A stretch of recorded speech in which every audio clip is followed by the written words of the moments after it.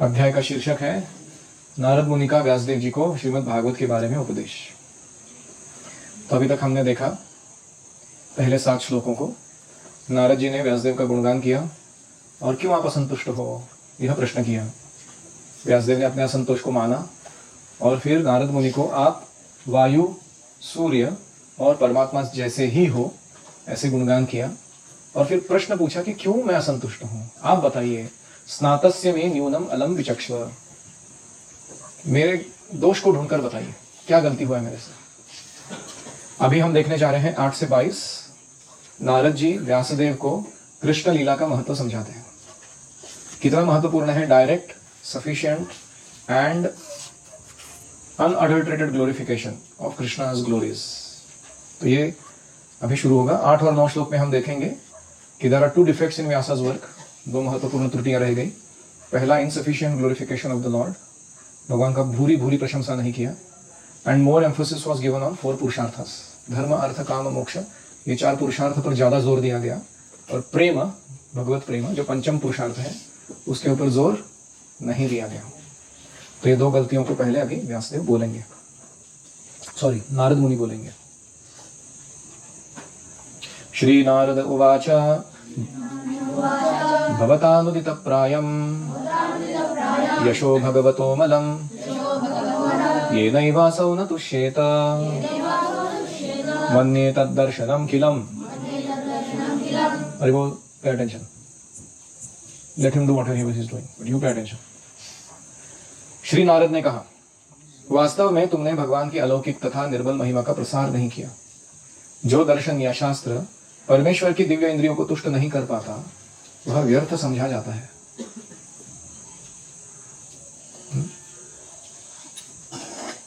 यशः भगवतः अमलम, भगवान का अमल यश आपने क्या नहीं किया। भगवता अनुदित प्रायम, आपने ठीक से उदित नहीं कराया अपने लेखन कार्य के द्वारा।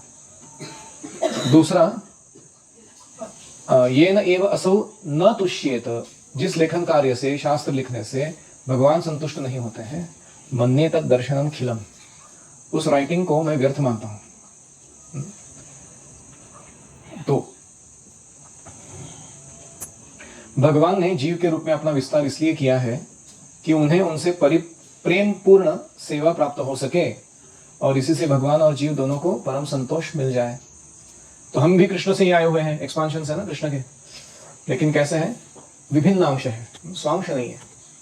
जो वैकुंठ मूर्ति हैं, राम, नरसिंह, वराह, नारायण इत्यादि, वो क्या है, स्वांश है। स्वयं कृष्ण ही है अलग रूप में। हम क्या है, विभिन्न अंश, सेपरेटेड पार्ट्स एंड पार्सल्स, और हम छोटे हैं। लेकिन ये जो विस्तार किया भगवान ने, उसका कारण क्या है कि जीव उनकी प्रेम पूर्ण सेवा करे और उस सेवा के माध्यम से भगवान और जीव दोनों के आनंद का वर्धन हो। तो व्यासदेव ने बहुत सारा वैदिक साहित्य तो लिखा, वेदांत दर्शन तक बना दिया उन्होंने, लेकिन भगवान की महिमा का प्रत्यक्ष गुणगान नहीं किया। और ऐसा शुष्क चिंतन, चाहे वो ब्रह्म के बारे में भी क्यों ना हो, वो आकर्षक नहीं होता। जीवात्मा के लिए भगवान का गुणगान बहुत आकर्षक होता है, और ऐसा उन्होंने नहीं किया।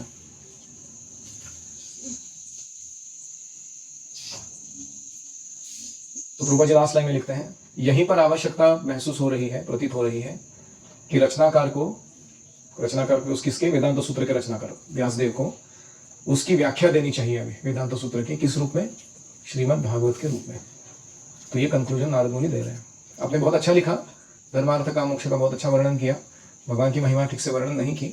अभी जो आपने वेदांत दर्शन कंक्लूजन में दिया है, उसके ऊपर व्याख्या लिखो, उसमें कृष्ण का भरपूर वर्णन कर दो। यथा धर्मादयश्चार्था मुनिवर्यानुकीर्तिताः न तथा वासुदेवस्य महिमायनुवर्णितः। हे महामुनि, यद्यपि आपने धार्मिक कृत्य इत्यादि 4 पुरुषार्थों का विस्तार से वर्णन किया, धर्म अर्थ काम मोक्ष का, किंतु आपने भगवान वासुदेव की महिमा का वर्णन नहीं किया है। तो प्रभुपाद जी लिखते हैं, नारद मुनि अपना निदान, व्हाट इज द प्रॉब्लम, तुरंत घोषित कर रहे। व्यासदेव के विषाद का मूल कारण, उन्होंने पुराणों के विविध संस्करणों में जानबूझकर भगवान की महिमा के वर्णन की उपेक्षा की। यह था। उन्होंने सामान्य ढंग से कृष्ण का वर्णन तो किया है, लेकिन जितना धर्म अर्थ काम मोक्ष को ग्लोरीफाई किया है उतना कृष्ण को नहीं किया उन्होंने अपने लेखन कार्य में। ये चारों पुरुषार्थ भगवान की भक्ति की तुलना में अत्यंत निकृष्ट है। They are not very high quality in front of bhakti. और प्रामाणिक विद्वान होने के कारण व्यासदेव भी खुद जानते थे इस बात को। तो भक्ति के महत्व को न बताते हुए या भक्ति को अधिक महत्व न देते हुए उन्होंने अपने बहुमूल्य समय का लगभग दुरुपयोग किया। He misused his time and talent. इसी के कारण वो विषादग्रस्त थे। इससे यह स्पष्ट संकेत मिलता है कि अगर भगवान की भक्ति में लगे बिना कोई प्रसन्न रहना चाहता है, वो अधिक समय प्रसन्न नहीं रहेगा। तो हमारे पास भी टाइम है, टैलेंट है कि नहीं, और इसका हम उपयोग कृष्ण के गुणगान को बढ़ाने के लिए नहीं करेंगे तो क्या होगा नतीजा? हम भी असंतुष्ट रहेंगे। पूरा जीवन हमने कुछ निर्माण करेंगे, बहुत बड़ा कोई चीज, लेकिन अंत में हम संतुष्टि महसूस नहीं करेंगे अपने जीवन में। That will be waste of our time and energy. तो इसलिए ऐसा कुछ करो जिससे आपके पुरुषार्थ प्राप्ति के साथ साथ भगवान की भक्तिमय सेवा भी संपन्न हो जाए।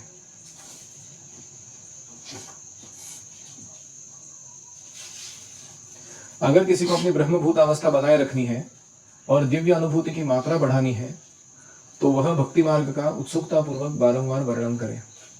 इससे उसका सारा विषाद मिट जाएगा। तो आजकल क्या हो रहा है, इस्कॉन के भी बहुत सारे भक्त जो हैं जन सामान्य को जब प्रवचन देने जाते हैं तो भक्तिमय जीवन का डायरेक्ट वर्णन नहीं सुनाते हैं। तो किसका वर्णन सुनाते हैं? धर्म, अर्थ, काम और मोक्ष। और वो बहुत पॉपुलर है करंटली, यूट्यूब पे हो या अलग अलग जगह पर। तो कभी कभी हमें भी ऐसा लगता है कि शायद उनके इतने फॉलोअर्स हैं या इतना लोग उनको सुन रहे हैं तो हमें भी वो रूट ले लेना चाहिए। ऐसे किस किसको लगता है कभी कभी? तो यहाँ पे जवाब दिया गया है। देशी दारू की दुकान में बहुत सारे कस्टमर्स होते हैं, इसका मतलब यह नहीं कि वो चीज़ बहुत अच्छी है। डायमंड शॉप में कम लोग आते हैं, इसका मतलब ये नहीं कि वो चीज़ बहुत घटिया है, क्योंकि परचेस पावर अलग अलग है लोगों के पास। ऐसे धर्म अर्थ काम मोक्ष क्या है? Legal sense gratification. देशी दारू की दुकान सरकार मान्य।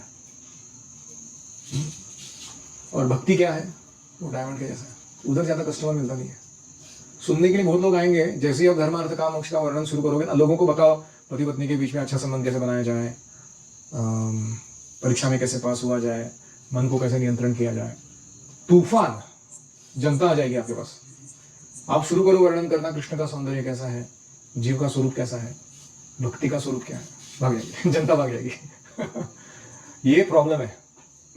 तो व्यासदेव को भी यही डर लग रहा था शुरुआत में कि मैं अगर सीधा सीधा कृष्ण का, भक्ति का, भक्तों का वर्णन करने लगूं तो ये जो भौतिक जगत में आई हुई जनता है, जो इंद्रिय तृप्ति के लिए आई हुई है, ये भाग जाएगी, वेदों का सहारा ही नहीं लेगी। फिर मेरे इतना सारा दर्शन शास्त्र लिखने का मतलब क्या है? मैं क्या करूंगा, मैं पहले उनको धर्म अर्थ काम मोक्ष के रूप पे ले जाऊंगा, फिर उनका हृदय थोड़ा थोड़ा शुद्ध होता जाएगा, और शुद्ध हृदय में जब वो पहुंचेंगे तो कहीं ना कहीं उनको मेरे लिटरेचर में भक्ति का वर्णन मिल ही जाएगा, थोड़ा थोड़ा महाभारत में मिल जाएगा, कहीं भगवदगीता में मिल जाएगा। तो फिर वो अचानक एक दिन सीरियसली लेंगे, हाँ हमको भक्त बनना चाहिए। ऐसे व्यासदेव ने सोचा था। लेकिन प्रॉब्लम क्या बताए इस दुनिया का, अगर तुम किसी को कुछ कंसेशन दे दो ना, वो लोग कंसेशन को रूल बना लेते हैं। ये प्रॉब्लम है। तुम किसी को बोलो कि तुम हफ्ते में एक बार ही स्वीट खा सकते हो, उससे ज्यादा नहीं, ये कंसेशन है। लोग क्या कहते हैं, हफ्ते में एक बार मिनिमम स्वीट बनना ही चाहिए, ये रूल बना देते वो। पहला लाइन क्या बोला था? हाँ, कंसेशन था। उन्होंने क्या बना दिया? उसका रूल बना दिया। ऐसे ही धर्म अर्थ काम मोक्ष के रूट पे ले जाने के बाद एक बार लोगों को इंद्रिय तृप्ति की लत लग गई, फिर उसको पीछे खींच के वापस उसका चट्टी पकड़ के भक्ति में वापस एंगेज करना, वो बहुत मुश्किल काम है। लोग अभी बोलने लगते हैं, भाऊ ये तो अच्छा है ना, मटेरियल लाइफ अच्छा चल रहा है मेरा, कहाँ तुम मेरे को वापस भक्ति में खींच रहे हो? ये बड़ा समस्या है। और व्यासदेव को भी ये भुगतना पड़ा। ये उन्होंने देखा कि मैंने इतना लिटरेचर लिखने के बाद भी लोग भक्त नहीं बन रहे, वो तो मैंने दिए हुए कंसेशंस को यूज करके और भोग करने में लगे हुए, भौतिक जीवन का, भक्ति के बारे में सोच भी नहीं रहे वो लोग। तो इसलिए मैं परेशान हूं। मैंने क्या प्रपंच किया था, किस लिए किया था, क्या नतीजा निकला उसका। तो इसलिए तो हमें भी सावधान रहना चाहिए आगे चलकर। आप कितने भी बड़े प्रचारक बनिए, मेरा पूरा अनुमोदन है, आशीर्वाद है, सदिच्छा है आपके साथ, लेकिन भक्ति को वर्णन करने का चांस कभी ना चूकिए। और खास करके धर्म अर्थ काम मोक्ष का वर्णन जब आप सुनाओ कभी किसी कारणवश, जैसे ब्रिजिंग टॉपिक्स में हम प्रवचन देते हैं कोई, तो जरूर उसमें कहीं ना कहीं एक हार्ड कोर कंटेंट डालिए, जिसमें आप उनको जिस भाषा में समझ में आए उस भाषा में भक्ति, भगवान और भक्त के जो संबंध ज्ञान है और अभिधेय ज्ञान है, प्रैक्टिस, उसको जरूर सुनाइए। मुझे ऐसा लगता है कि मेरे को किसी ने प्रवचन देने के लिए बुलाया और बोला कि हाँ तुम हरे कृष्ण मंत्र का उच्चार नहीं कर सकते इस क्लास में, या तुम्हारा कृष्णा कृष्णा फिलोसॉफी नहीं बोल सकते, और फिर तुम अपने प्रभुपाद जी की पुस्तक नहीं बांट सकते। तो मेरे को ऐसा लगता है कि मैंने किसी का बाहर वाले का अन्न खा लिया, मेरी जात भी चली गई और पेट भी नहीं भरा। ऐसा अनुभव होता है हृदय में। तो इसलिए बहुत सावधान रहने की जरूरत है ऐसे इन्विटेशन स्वीकार करते समय। तो मेरा फॉर्मूला बहुत सरल है, मैं जरूर इन्विटेशन स्वीकार करता हूँ। वो लोग बोलते हैं हाँ ऐसा नहीं करने का, वैसा नहीं करने का, ये नहीं सुनाने का, वो नहीं सुनाने का, हाँ बोल देता हूँ। फिर मैं जाता हूँ वहाँ पे और बोलता हूँ कि यहाँ पे उपस्थित सारे लोग जो है अलग अलग धर्म के हो सकते हैं, आपका हर एक का अपना अपना व्यक्तिगत साक्षात्कार हो सकता है आपके धर्म के बारे में, और उसका में दृढ़ विश्वास हो सकता है, वो सब सही है। जैसा आपका है वैसा मेरा भी एक प्रैक्टिस है, और उसके जो बेनिफिट्स हैं उसके बारे में मैं कुछ शेयर करना चाहता हूँ। तो इस्कॉन की ओर से हम ये प्रैक्टिस करते हैं और इसका ये अनुभव हमें आता है। तो आपसे भी अनुरोध है, आप जो मार्ग पालन कर रहे हो उसमें इसकी जोड़ लगा दो, या अगर आप कोई मार्ग पालन कर ही नहीं रहे हो तो आपको इसको पूरा स्वीकार करने में कोई हर्ज नहीं होना चाहिए। ट्राइड एंड टेस्टेड फॉर्मूला है। तो इस बात को लोग जनरली अपराध के रूप में नहीं लेते हैं, वो बोलते हैं ठीक है स्वामी जी ने सही बोला। हमको दादागिरी भी नहीं किया, लेकिन और हमको नीचा भी नहीं दिखाया, लेकिन अपना पौशर डाल के चले गए। वो क्या हो रहा है?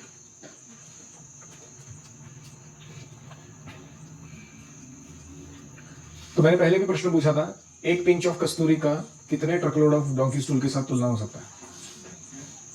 नहीं हो सकता, क्योंकि कैटेगोरिकली डिफरेंट है वो, अलग अलग चीज। ऐसे ही भक्ति का धर्म अर्थ काम मोक्ष के साथ तुलना नहीं हो सकता। और ये बात व्यासदेव को पता थी, फिर भी उन्होंने भगवान के भक्ति में लगाने के लिए लोगों को स्पष्ट संकेत नहीं दिए, इसलिए वो दुखी थे। उन्होंने अपने लिटरेरी स्किल का मिसयूज किया। ऐसे नारद मुनि उनको डांट रहे हैं, देखो एक सत्यावेश होता है, दूसरे सत्यावेश को डांट लगा रहे हैं। हम लोग उसमें उतर नहीं सकते, क्योंकि हमारे रेंज के बियॉन्ड का टॉपिक है वो। हम सिर्फ आनंद ले सकते हैं कि ऐसा होता है। गुरु जी डांटते हैं और शिष्य खुशी से उसको स्वीकार कर लेते हैं, बराबर बोला, जो बोला बराबर बोला। तो दैट्स ऑल, हमारे लिए उतना ही है। और दूसरा लेसन है हमारे लिए कि हमारे जो टाइम और टैलेंट है उसका हमें दुरुपयोग नहीं करना है।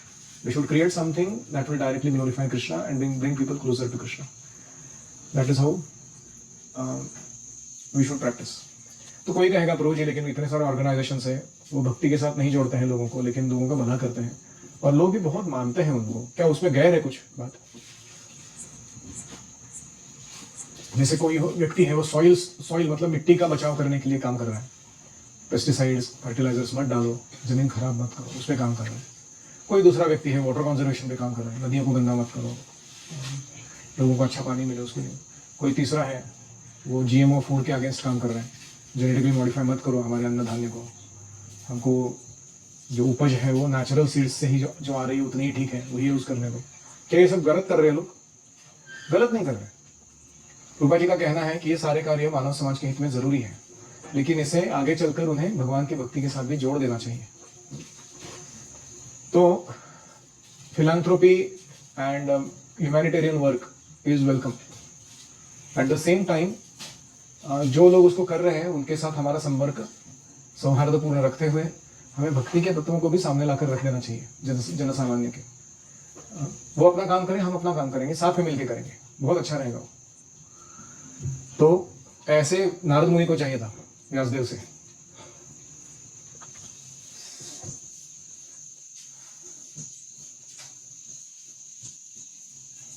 निष्कर्ष यह है कि ब्रह्मभूत अवस्था बनाए रखने के लिए और दिव्य अनुभूति की मात्रा बढ़ाने के लिए नारद जी ने व्यासदेव को प्रोत्साहित किया। भक्ति मार्ग का उत्सुकता पूर्वक वारंवार वर्णन करो, इससे उनका सारा विचार मिट जाएगा। अभी ये 2 श्लोक जो आगे आ रहे हैं, 10वां और 11वां, ये बहुत महत्वपूर्ण श्लोक है। प्रभुपाद जी का अपीयरेंस, अवतार, इन श्लोकों में भागवत ने प्रेडिक्ट किया है, ऐसे हमारे वैष्णव जन मानते हैं। इसलिए ये श्लोक हमारे लिए बहुत विशेष महत्वपूर्ण है। न यद्वचश्चित्रपदं हरेर्यशो जगत् पवित्रं प्रगृणीत करहिचित् तद्वायसं तीर्थमुशन्ति मानसा न यत्र हंसा निरमन्ति उषिक्षया। जो वाणी संपूर्ण ब्रह्मांड के वायुमंडल को परिशुद्ध करने वाले भगवान की महिमा का वर्णन नहीं करती, जगत पवित्र करने वाले चित्रपरम हरे हे यशः, भगवान के अलंकारिक महिमा का वर्णन नहीं सुनाती, ऐसी वाणी, उसे साधु पुरुष कौवे के स्थान के समान मानते हैं। गणेश गुरु, साधु पुरुष ऐसी वाणी को कौवों का तीर्थ मानते हैं।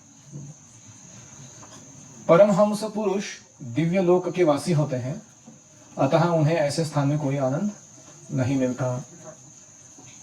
तो यहां तुलना की गई है कौवों और हंसों के बीच में। कौवे का मेंटालिटी क्या है? उसको क्या पसंद है? डेड रैट जूस, मरे हुए चूहे का सड़ा हुआ जूस, वो कौवे को पसंद है। हंस को क्या पसंद है? वो मानस सरोवर में जो सुंदर कमल खिलते हैं, वो कमल के अंदर ऐसे उसका एक विशेष तरीके का पोलन बनता है, बहुत ही वो एक स्वाद है उसका, वो वैसे स्टफ को खाता है वो हंस, राजहंस। क्या कौवे हंसों के साथ या हंस कौवों के साथ रह सकते हैं कभी? उनका रहने की जगह, उनके कार्य कितने अलग अलग हैं एक दूसरे से। तो इस श्लोक में सकाम कर्मियों की तुलना किससे की गई है? कौवों के साथ। और भगवत भक्तों की तुलना किससे की गई है? हंसों के साथ, परम हंस। तो हंस क्यों?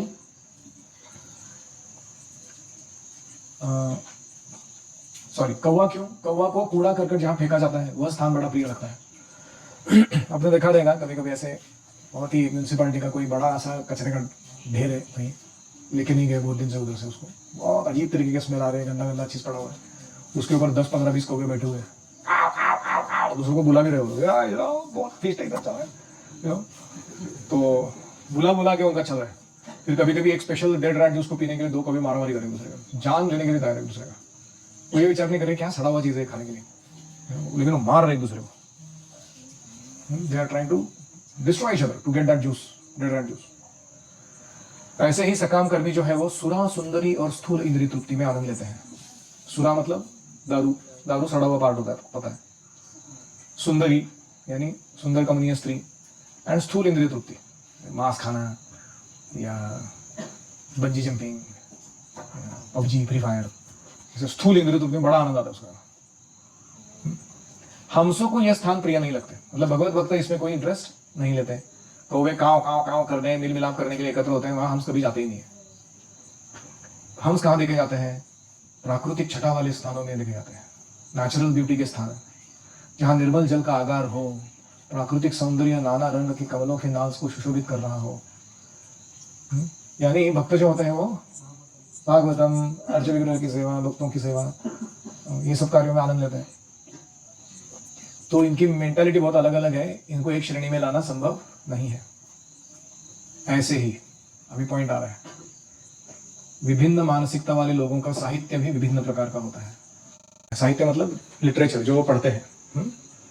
बाजारू साहित्य कमों सरीखे व्यक्तियों को आकृष्ट करता है, कामुक विषयों का कूड़ा करकट भरा रहता है उसके अंदर, इसको पोर्नोग्राफी बोलते हैं। तो ये लोग क्या करते हैं, मनुष्य शरीर ना ऑलरेडी गंदा है, 9 छिद्र है शरीर में, एक भी छिद्र से कोई डिवाइन सब्सटेंस बाहर नहीं आता है। अंदर इतना गंदा भरा हुआ है सब, वो पिशवी के अंदर चमड़े का अच्छा लेप लगाया, बस ये 1-2 मिलीमीटर का स्किन निकाल दिया जाए, वो अंदर का दर्शन कोई करेगा तो भाग जाएगा, वो बोलेगा ये क्या डेंजर है काम। हड्डी, मांस, रक्त, धमनियाँ, पेशी, यकृत, लिवर, प्लीहा,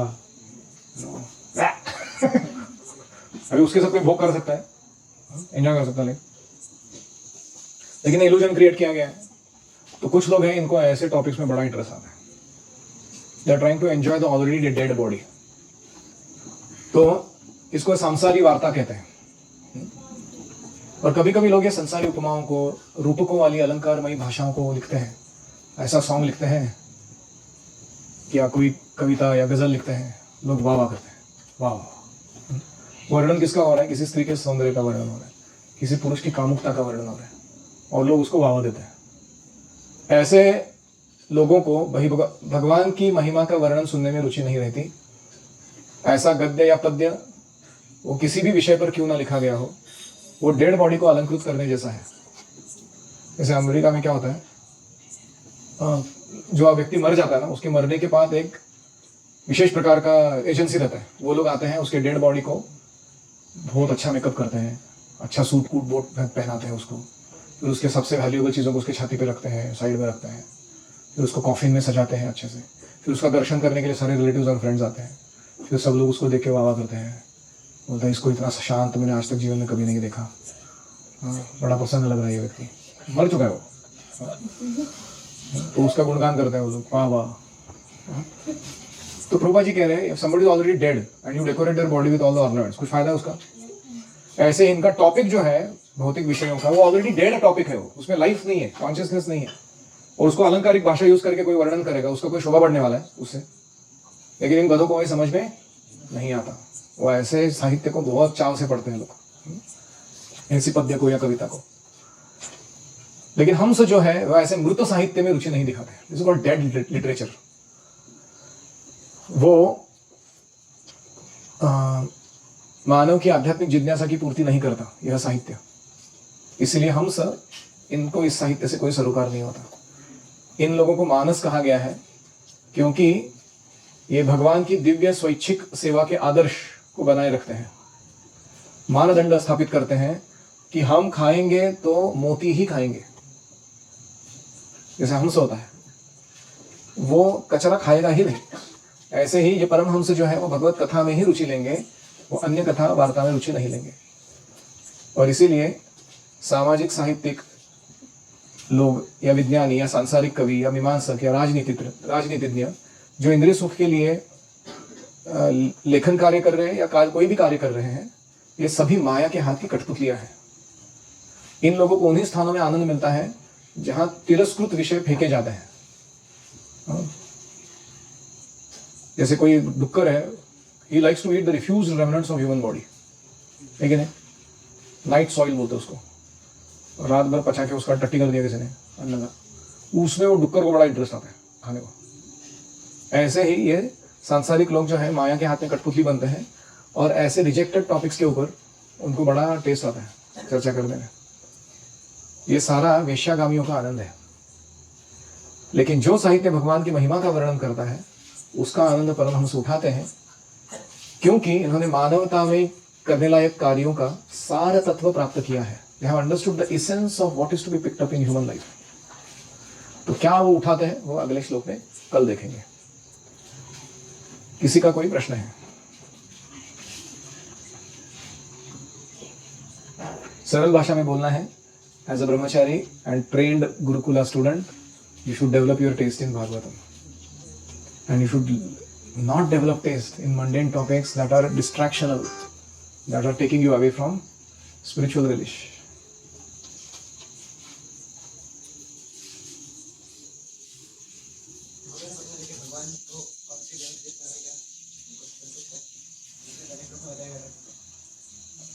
हमको कैसे पता चलेगा कि मैं ये साहित्य लिख रहा हूँ, या मैं एनिमेशन बना रहा हूँ, या मैं ये पेंटिंग कर रहा हूँ, या मैं ये पोएट्री लिख रहा हूँ, ये भगवान के इंद्रियों को संतुष्ट करेगी कि नहीं? इसलिए हम गुरु जी के पास जाके दिखाते हैं, बोलते हैं कि इस दिस अप्रूव्ड, क्या ये शास्त्रोक्त है या कहीं सही दिशा में जा रहा है जो मैं लिख रहा हूँ, बोल रहा हूँ, कर रहा हूँ।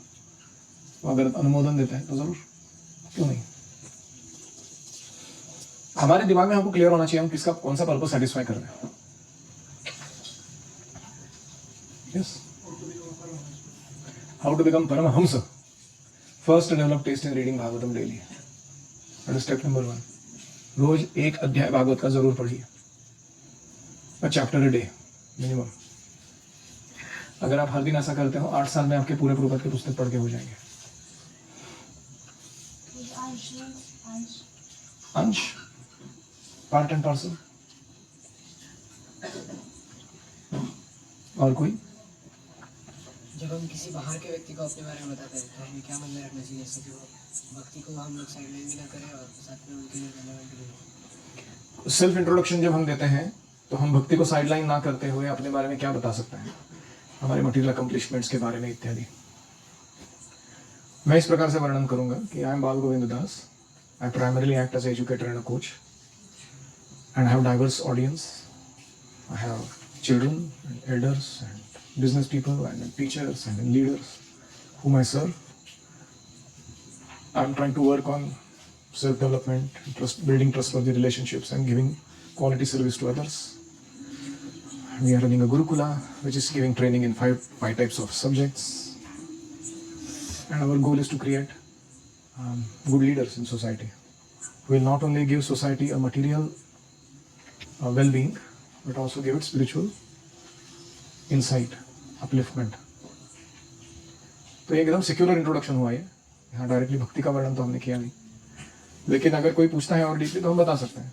आई am also initiated in ISKCON and my teacher he has taught me how to apply the principles of Bhagavad Gita and Bhagavatam to our day to day life. These are the things we practice, A, B, C, D, E. And also we can share.